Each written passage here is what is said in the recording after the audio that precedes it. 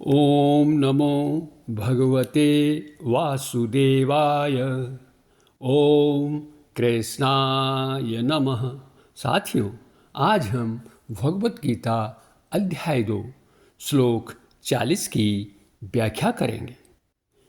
भगवान श्री कृष्ण ने पिछले श्लोक अर्थात श्लोक 39 में कहा कि साधक कर्मयोग अथवा भक्ति योग का मार्ग अपनाकर सांसारिक बंधनों से अपने को मुक्त करा लेता है।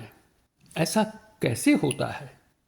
क्योंकि कर्मयोग की विधि में समस्त कर्मों में ममता, आसक्ति, अहंता, राग, द्वेष, फल की इच्छा आदि का त्याग किया जाता है। इससे हमारे जन्म जन्मांतरों अर्थात पूर्व के सभी जन्मों में किए हुए तथा वर्तमान में किए जाने वाले सभी कर्मों में फल उत्पन्न करने की शक्ति का नाश हो जाता है। और जब फल ही नहीं बचेंगे तो ऐसे बंधन से छुटकारा होना तो स्वाभाविक ही है। लेकिन ऐसी भी परिस्थिति आ सकती है कि साधक कर्म योग के मार्ग पर चलते चलते किसी कारणवश इसे बीच में ही छोड़ दे, तो क्या इससे उसे कोई हानि होगी? इस संबंध में भगवान श्री कृष्ण श्लोक 40 में क्या कह रहे हैं, सुनिए यह श्लोक। नेहाभिकर्म नाशोस्ति प्रत्यवायो न विद्यते स्वल्पं प्यस्य धर्मस्य त्रायते महतो भयात्। अर्थात भगवान श्री कृष्ण कह रहे हैं कि इस प्रयास में न तो कोई हानि है और न ही इससे कोई उल्टा अर्थात विपरीत फल मिलता है। इस कर्मयोग के मार्ग में की गई थोड़ी प्रगति भी, अल्प प्रगति भी मनुष्य को बड़े भारी भय से बचा लेती है। साथियों, अब हम इस श्लोक की विस्तृत व्याख्या करेंगे। जब हम कर्म और उनके फल अपनी इंद्रिय तृप्ति के लिए नहीं, अपने सेल्फ सेटिस्फैक्शन के लिए नहीं, अपने सेंस ग्रेटिफिकेशन के लिए नहीं, बल्कि भगवान श्री कृष्ण को अर्पित करते हैं, तो ये साधारण कर्म नहीं रह जाते हैं। एक कर्म दिव्य बन जाते हैं, एक कर्म व्यर्थ भी नहीं जाते और इनका विनाश भी नहीं होता। अब प्रश्न यह है कि यदि कर्मयोग के मार्ग पर चलते चलते किसी कारण से इसे बीच में ही छोड़ दिया जाए तो साधक का उस पर क्या प्रभाव पड़ेगा? भगवान कहते हैं कि इससे भी साधक को कोई हानि नहीं होगी। इस दिशा में साधक ने जितनी भी आध्यात्मिक प्रगति, स्पिरिचुअल प्रोग्रेस की होगी, उसका उसे अच्छा फल तो मिलना निश्चित ही है, अवश्य मिलेगा। क्या यही स्थिति फिर भौतिक अर्थात सकाम कर्मों पर भी लागू होती है? इसका जवाब ये है, नहीं, ऐसा नहीं होता है। सकाम कर्म जो हैं उन पर ये बात लागू नहीं होती है। इसका कारण यह है कि ये कर्म तो फल की आशा से किए जाते हैं। इन कर्मों का फल तभी मिलता है जब ये 100% 100% पूरे किए जाते हैं। सकाम कर्म उचित क्रिया विधि से भी, इनकी जो मेथडोलॉजी है, करने का जो तरीका है, ये भी उचित होना चाहिए, सही होना चाहिए, अन्यथा इनका उल्टा फल भी मिलता है। इससे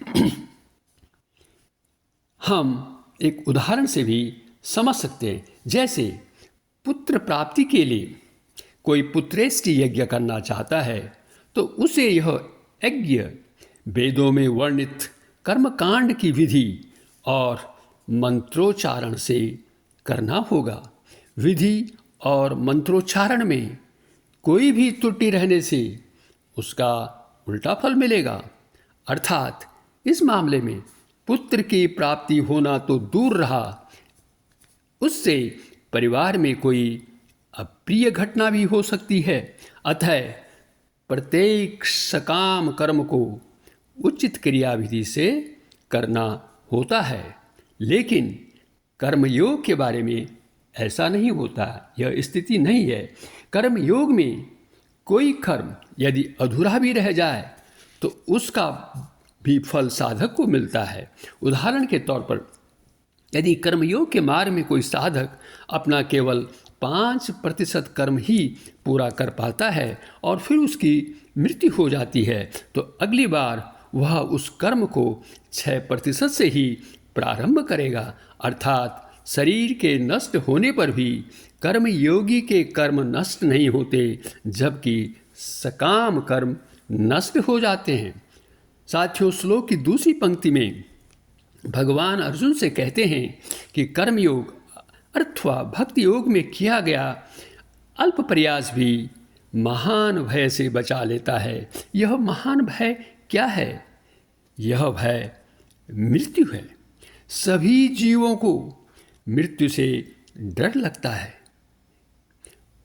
लेकिन मनुष्य को इस बात का भी डर रहता है कि उसका अगला जन्म, नेक्स्ट बर्थ, न जाने किस योनि में होगा। हमारे पद्म पुराण की जो सृष्टि खंड है, पद्म पुराण का जो सृष्टि खंड है, उसके अनुसार इस ब्रह्मांड में 84 लाख योनियां हैं, जिनमें 80 लाख योनियां पशु पक्षी, पेड़ पौधे, कीट पतंग, मीन आदि की हैं और मात्र 4 लाख योनियां मनुष्य की हैं। जीव को मानव शरीर मिलना अत्यंत दुर्लभ माना जाता है। यह सभी योनियों में सर्वश्रेष्ठ है। भगवान मानव शरीर किसी विशेष उद्देश्य की प्राप्ति के लिए ही देते हैं, और वह है भगवत प्राप्ति करना। लेकिन मनुष्य जब अपने उद्देश्य को भूल जाता है, तब वह इन 84 लाख योनियों में घूमता रहता है। अर्थात वह बार बार विभिन्न योनियों में जन्म लेता है और फिर मृत्यु को प्राप्त होता है। केन उपनिषद में भी कहा गया है कि मनुष्य जीवन अत्यंत दुर्लभ है। यदि इसका उपयोग परम तत्व को प्राप्त करने के लिए नहीं किया गया तो बहुत हानि होगी। इसी तरह कठोपनिषद में भी कहा गया है कि यदि मनुष्य अपने वर्तमान जीवन परमात्म तत्व को प्राप्त करने के लिए कोई प्रयास नहीं करेगा तो उसे कई युगों तक 84 लाख योनियों में घूमना पड़ेगा। इसलिए मानव जाति के लिए स्पष्ट संदेश है कि निष्काम भाव से कर्म करे। कर्मयोग अथवा भक्ति योग के मार्ग पर आध्यात्मिक प्रगति की ओर बढ़े।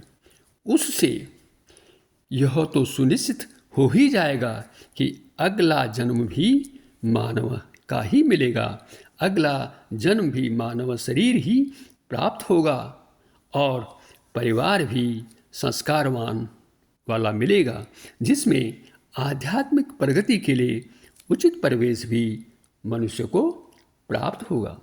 अंत में साथियों, हमें यह विचार करना है कि हमारा अगला जन्म किस योनि और परिवार में हो। इस दिशा में भगवान श्री कृष्ण का यह उपदेश हमें नहीं भूलना चाहिए। भगवत प्राप्ति के लिए हमें कर्म करने चाहिए, न कि अपने क्षणिक सुख के लिए। वीडियो देखने के लिए बहुत बहुत धन्यवाद। भारतीय संस्कृति के लिए यह वीडियो बनाया गया है। कृपया इसे सब्सक्राइब करें और शेयर करना भी न भूलें।